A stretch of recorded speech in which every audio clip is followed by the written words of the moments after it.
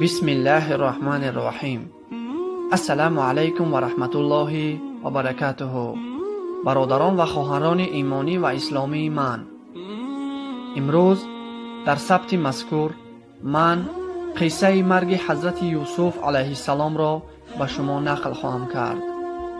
پس با دقت گوش اندازید.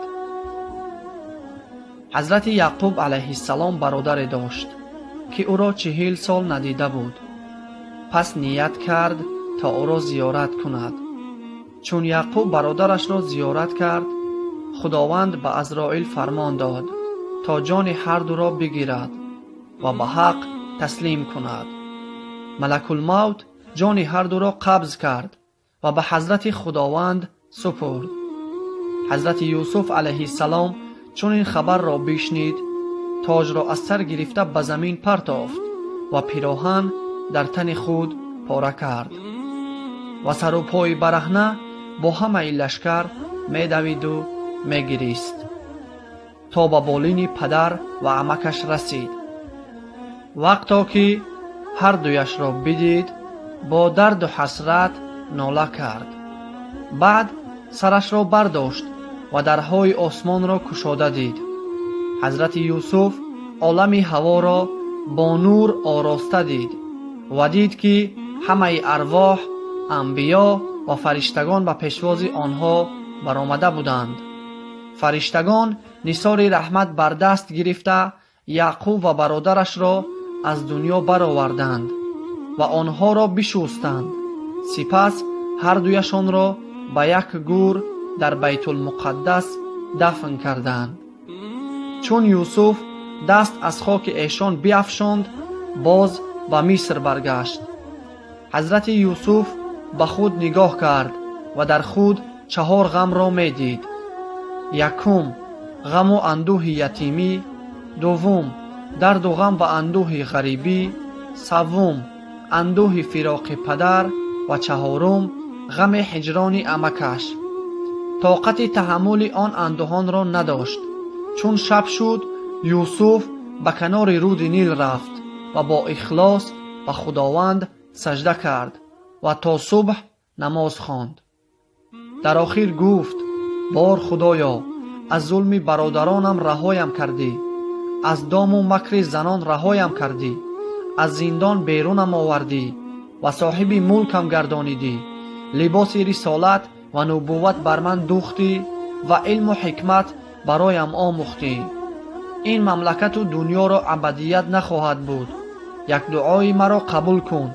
از این عالم و از این دنیا به مسلمانی مرا بیرون بر و در صحبت پدران و اجدادان کرامت کن. در این وقت حضرت جبرائیل نازل شد و گفت: یا یوسف، خداوند کریم سلامت می رساند و می گوید پدرت و عمکت را چون مدت عمر به آخر رسیده بود، وقتا که به هم رسیدند چندان مهلت برایشان ندادم تا با همدیگر سخن بگویند و جان هر دو را برداشتم. تو را هنوز مهلت عمر به آخر نرسیده است. همین طور آهنگ عرض و نیاز کن و توشه آخرت را فراهم بیاور. بعدی وفات پدر، یوسف دیگر تاج بر سر ننهاد و بر تخت ننشست. هر شب برای عبادت حق به کنار رود نیل می رفت و با الله مناجات می کرد. شب از شبها یوسف خواب دید که یعقوب و اسحاق علیه السلام لباسهای بهشتی پوشیده بودند و تاج بر سر نهاده بودند. به یوسف گفتند: یا یوسف، 20 سال است که دلت به آرزوی ما بود. بشارت می دهیم تو را که تا 3 روز دیگر به ما می رسی. علما بر آن عقیدند که یوسف در آن 3 روز آنچنان مشتاق پدر بود که یعقوب در 40 سال آنچنان آرزوی وصال نکرده بود. پس روز سوم ملک الموت حاضر شد و گفت: ای یوسف، مدت به آخر رسید. پدران و اجدادان منتظر قدوم تویند که تو را ببینند. پس یوسف جان به حق سپرد و عزرائیل جان او را در کشیدن گرفت. دل او را در تپش گرفت و اعضایش در لرزش آمد. برادرانش را بخواند و هر یکی را در آغوش گرفت و به عالم ارواح سفر کرد. چون روح از بدن یوسف بیرون شد، جبرائیل آمد و از بهشت کرته آورد. او را بشستند و در کفن پیچانیدند و در تابوت نهادند. بعداً زلیخا را خبر کردند که آن یار دلارام تو یوسف از دنیا گذشت. چون خبر به زلیخا رسید، زلیخا گریان شد و سوی یوسف حرکت کرد. به نزد تابوت رسید و تابوت را آغوش کرد و گفت: ای یوسف، این تو هستی که به این زودی از من جدا شدی. این تویی که ناگاه از صحبت من رها شدی.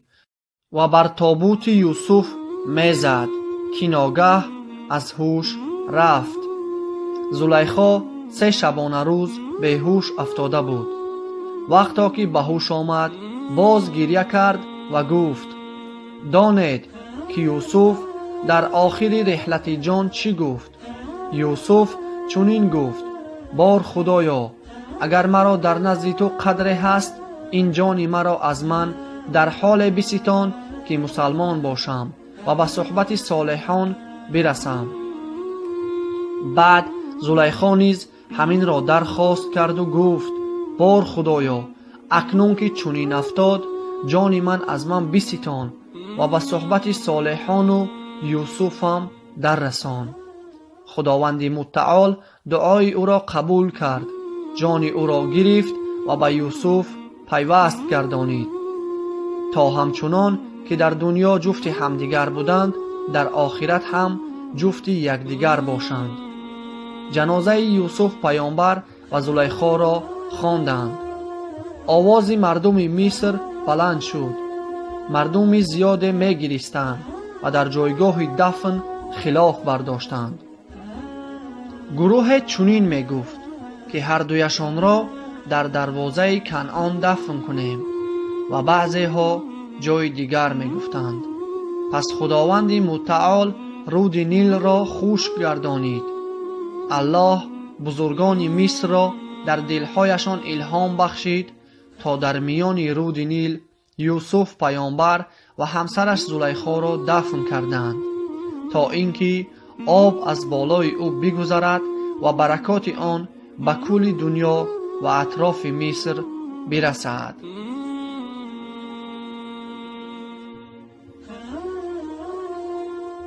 بسم الله الرحمن